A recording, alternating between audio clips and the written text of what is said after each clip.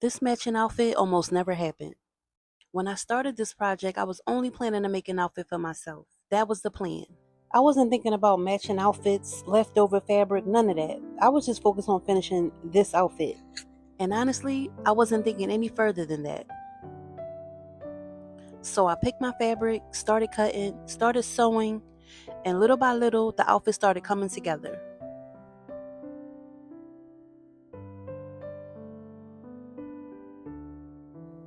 When I'm working on a project like this, I'm usually focused on one thing, getting it finished.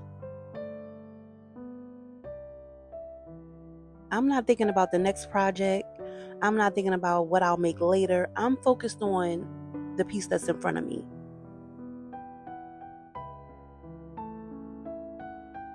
And if you're a creator, you probably understand that feeling. You start with an idea, a piece of fabric, and a vision in your head. Then it's just a matter of taking it one step at a time until the vision becomes real.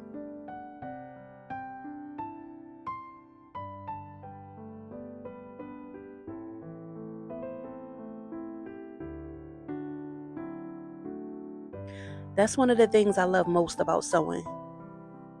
You get to watch something go from an idea to something you can actually wear. One of my favorite parts of sewing is getting to the point where the pieces stop looking like random pieces of fabric and start looking like an actual outfit. At the beginning, you kind of have to just trust the process. Because honestly, it doesn't always look like much when it's laying flat on the table. But somewhere along the way, everything starts coming together. And that's usually the moment that I get excited. That's the moment where I can finally see the vision. The funny thing is, once I get to that point, I get tunnel vision. I'm not thinking about anything else. I'm just trying to get to the finish line so I can see how it all comes together. And that's exactly where I was with this project.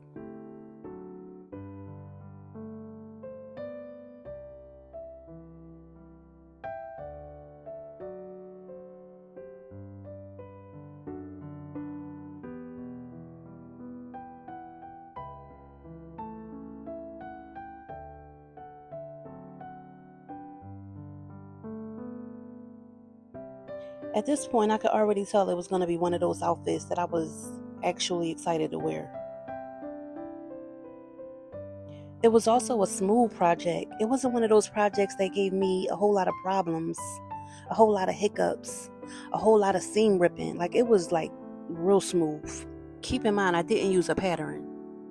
The first thing I do when I finish a project is I put it on. I get in the mirror, and if I don't start standing different, smiling, and theme music playing in my head, then I didn't hit the mark. But I was happy how this turned out. The fit was right. The colors worked. Everything came together the way I hoped it would. So in my mind, the project was finished. Mission accomplished. Or at least that's what I thought. Because while I was cleaning up, I noticed I still had fabric left. Not a huge pile, not enough where you automatically would assume you could make another outfit, but definitely more than I expected. And that's when the wheels started turning. I started looking at those pieces and wondering if there was enough fabric left to make something for my granddaughter.